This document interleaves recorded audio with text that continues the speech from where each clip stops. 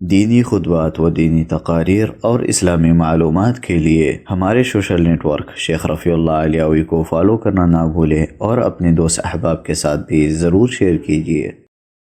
السلام علیکم ورحمۃ اللہ وبرکاتہ۔ الحمدللہ کفی وسلام علی عبادہ الذین اصطفی، اما بعد۔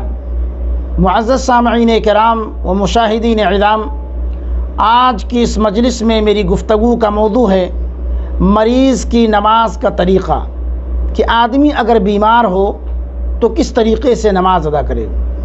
علماء کا اتفاق ہے کہ جو شخص کھڑے ہو کر نماز پڑھنے کی طاقت نہ رکھتا ہو، اس کے لیے بیٹھ کر نماز پڑھنا جائز ہے، اور اس کا بیٹھ کر نماز پڑھنا اس کے آسانی کے حساب سے ہوگا، یعنی وہ آدمی، وہ مریض جس طرح بیٹھ کر نماز پڑھ سکتا ہے پڑھنا جائز ہے۔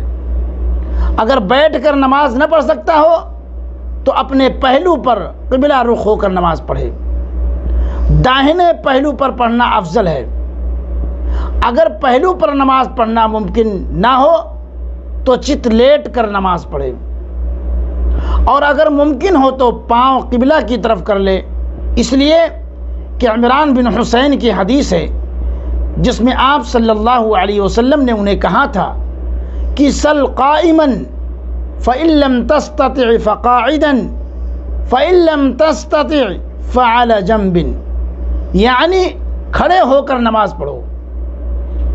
اگر کھڑے ہو کر نماز نہ پڑھ سکتے ہو تو بیٹھ کر پڑھو، اگر بیٹھ کر بھی پڑھنے کی طاقت نہ ہو تو پہلو پر پڑھو، اور یہ روایت بخاری کے اندر موجود ہے۔ البتہ امام نسائی نے اتنا اور اضافہ کیا ہے، فَإِن لَمْ تَسْتَطِعْ فَمُسْتَلْقِيًا، اگر پہلو پر نہ پڑھ سکتے ہو تو چت لیٹ کر نماز پڑھو۔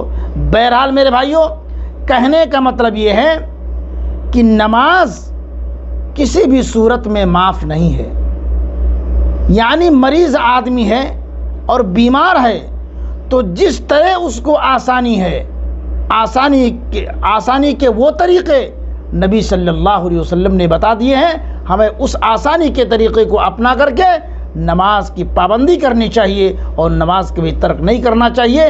کسی بھی حالت میں نماز معاف نہیں ہے۔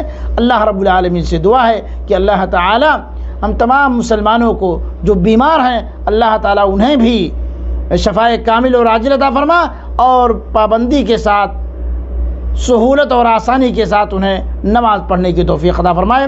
وآخر دعوانا الحمدللہ رب العالمین، والسلام علیکم ورحمۃ اللہ وبرکاتہ۔